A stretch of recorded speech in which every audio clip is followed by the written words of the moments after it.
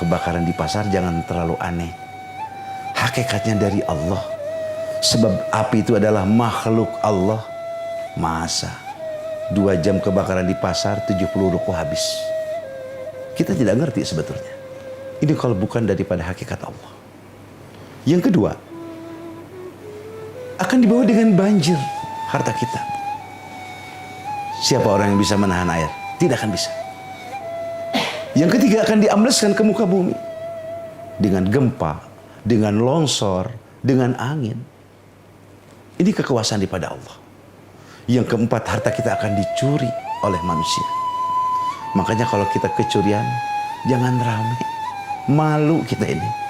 Apa sebab? Di dalam agama itu in khairan fa khairun. Bagus dibayar bagus. Wa in syarrun fa syarrun, jelek bayar jelek. Kenapa harta kita dicuri? Tidak mungkin harta kita dicuri. Pasti kita pernah mencuri. Suka mencuri apa kita? Kita ini suka mencuri uang yang 2,5% tidak dikeluarkan. Makanya kalau orang tidak zakat itu bukan pencuri lagi, perampok namanya. Terus yang ketiga, yang keempat, harta kita akan ditipu oleh orang. Kenapa harta kita ditipu? Tidak mungkin harta kita ditipu, pasti kita pernah menipu. Suka menipu siapa? Kita ini suka menipu di dalam hitungan daripada zakat. Zakat itu wajibnya 1 tahun sekali. Di dalam 1 tahun sekali itu berapa? 360 hari. Itu yang harus dihitung, 360 hari. Kalau sehari pendapatan 200.000, tinggal ngitung. Setelah 1 tahun baru dijumlahkan, baru dikeluarkan 2,5%. Sama dengan pajak, ada PPN, ada PPH. Kita juga yang harus dihitung, ada keuntungan juga harus dihitung di dalam 1 tahun. Dan berikut apa? Modal yang ada. Yang keenam, harta kita akan dipinjam sama orang akibatnya. Tapi orang lain tidak mau bayar sama kita. Kenapa harta kita ditahan sama orang? Tidak mungkin. Harta kita ditahan sama orang, pasti kita suka menahan uang zakat tidak dikeluarkan. Yang ketujuh, harta kita akan diambil oleh Allah dengan keluarga diberi penyakit oleh Allah. Gak anak, istri, orang tua, mertua, ke rumah sakit kita yang bayar.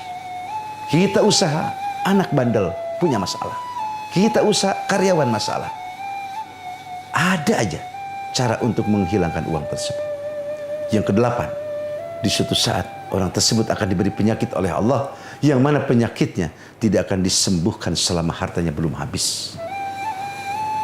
Yang terakhir, yang kesembilan, bahwa harta tersebut setelah meninggal akan dirusak oleh ahli-ahli warisnya. Ini akibat penilangan daripada Allah bagi orang yang tidak zakat. Seperti orang yang tidak bayar pajak akan ditilang oleh pihak negara. Nah, itulah diantaranya zakat ini hukumnya wajib. Yang paling lebih masalah begini, coba kita direnungkan.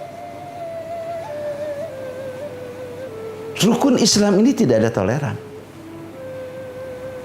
Orang murtad saja setahun dia masuk Islam lagi, wajib qada nggak? Wajib qada. Orang nggak sholat itu wajib qada. Orang nggak puasa itu wajib qada. Bagaimana kalau orang tidak zakat? Itu wajib qada. Kalau kita mau qada sholat gampang, ada hitungannya. Setahun kita tidak sholat, tinggal ke depan kita mau qada. Setahun kita dulu tidak berpuasa, hanya 30 hari kita mengqada. Tapi kalau masalah zakat, dulu kita tidak zakat, berapa uang yang kita belum zakatin? Itu yang paling bingung. Sedangkan kalau harta kita tidak dikeluarkan zakat di dunia, itu ada hadis mengatakan, man atahullahu malan falam yuaddi zakat musilalahu yaumal qiyamah syuja'un aqrab. Siapa orang yang diberi milik oleh Allah, tapi orang tersebut tidak mengeluarkan hak 2,5%-nya, tidak dikeluarkan zakatnya, semakin banyak harta tidak dikeluarkan zakatnya, maka uang harta tersebut, uang zakat tersebut oleh Allah akan dijadikan ular syuja'ul aqra nanti di yaumil qiyamah yang akan menyiksa orang tersebut.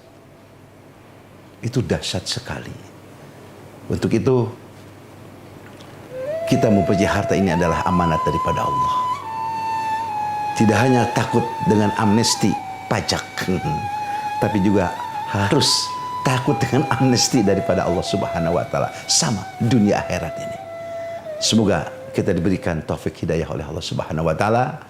Rupanya cukup sekian dari kami. Wallahul muwafiq ila aqwamit thoriq. Wassalamualaikum warahmatullahi wabarakatuh.